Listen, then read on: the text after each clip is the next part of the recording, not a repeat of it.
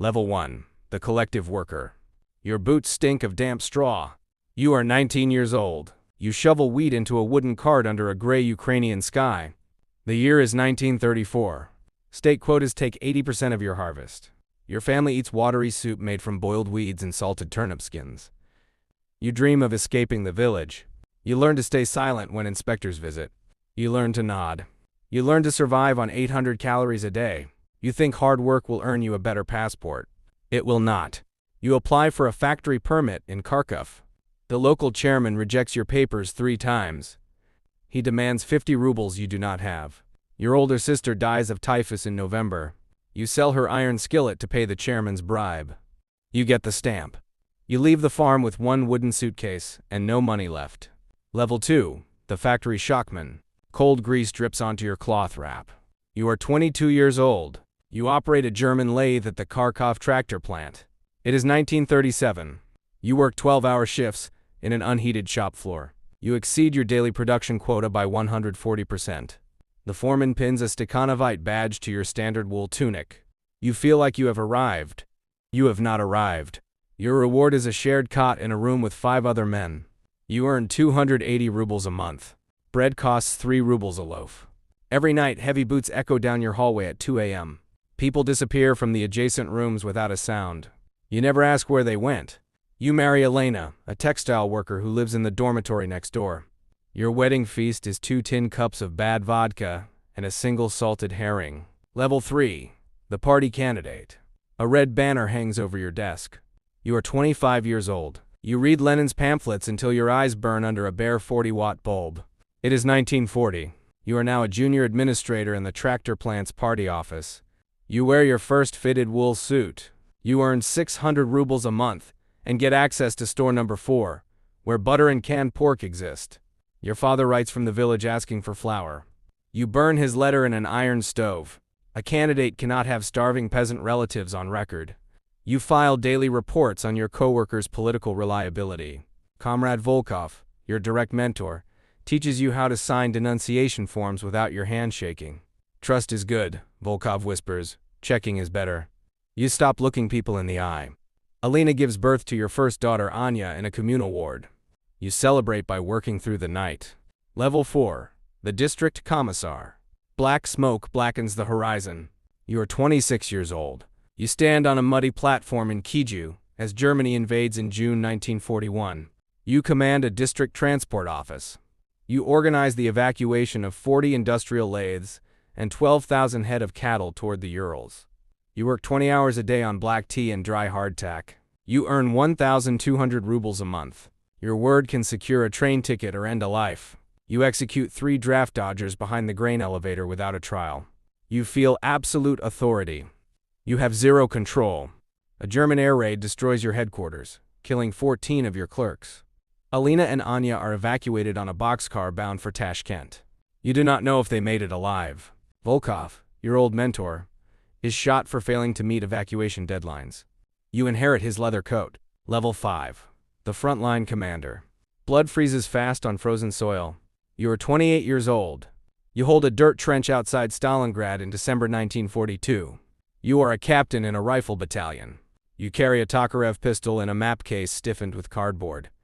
You earn 1,500 rubles a month, credited to a bank account you cannot reach. You lose 80 men out of 120 taking a single ruined flour mill. NKVD blocking units sit 200 meters behind your lines with heavy machine guns. You shoot your own junior lieutenant for retreating without written orders. You think you are saving the motherland? You are just extending your own survival by hours. Shrapnel shreds your left shoulder in January. A field surgeon cuts out the metal without morphine while 2 soldiers hold you down. You return to the line 6 days later. Level 6. The NKVD Interrogator. A steel desk sits under fluorescent light. You are 30 years old. You work in Lubyanka prison in Moscow in 1944. You wear a polished leather belt and a blue-topped officer's cap.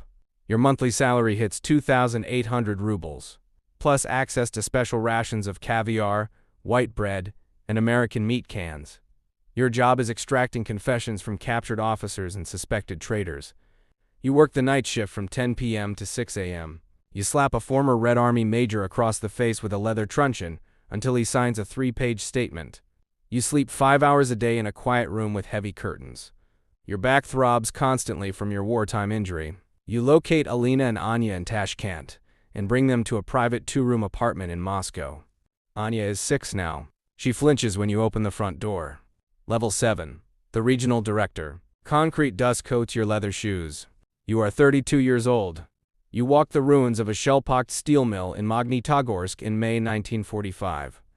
Victory is declared in Berlin, but your war continues on the production line. You manage a heavy industrial complex with 18,000 workers, including 3,000 German prisoners of war. You earn 4,500 rubles a month and drive a captured Opel Admiral sedan. You answer directly to Moscow's Commissars. You fail to meet your monthly steel output quota by 7% due to machine breakdowns. A telegram arrives from the Ministry of Heavy Industry containing a single sentence. Explain your failure or prepare your defense.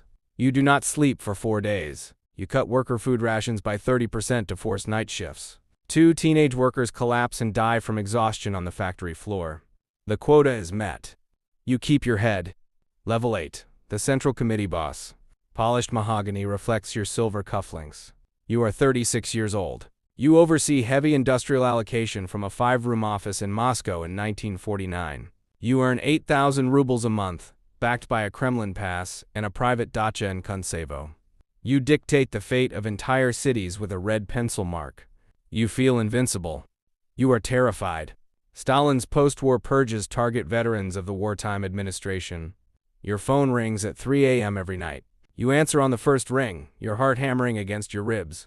Your wife Elena drinks vodka in secret in the next room. Your daughter Anya is 11 now and barely speaks to you. You drop your youngest brother from your official family registry when he falls under suspicion in Ukraine. You cut him off completely to protect your seat. He disappears 2 weeks later. Level 9. The Politburo Insider. Thick carpets mute every step you take. You are 40 years old. You sit 3 seats away from Stalin at a dinner in the Kremlin in 1953. You hold a senior post in the Council of Ministers. Your official salary is meaningless. Everything you own, the ZIS limousine, the Crimean villa, the imported French brandy estate property assigned to your rank. You know every secret faction in the party. You know who is marked for execution next. You nod at jokes that are not funny. You drink until your liver aches to prove your loyalty. Your wartime shoulder injury has degraded into severe arthritis, but you refuse pain medication to keep your mind sharp. Stalin dies in March. You spend 48 hours without sleep, destroying files, altering meeting minutes, and securing alliances with the secret police chief before the body is cold. You survive the power shift. Level 10. The Retired Statesman. A rusty iron skillet rests on your kitchen counter. You are 73 years old. You sit in a small, freezing apartment on the outskirts of Moscow in 1986. You live on a state pension of 120 rubles a month.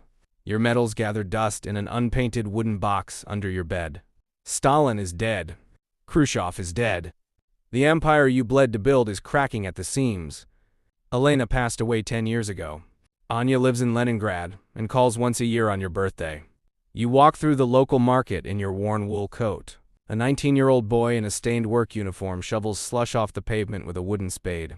He stares at you with cold, ambitious eyes, desperate for a permit to leave the city. He has no idea what the climb will cost him. The wheel turns again.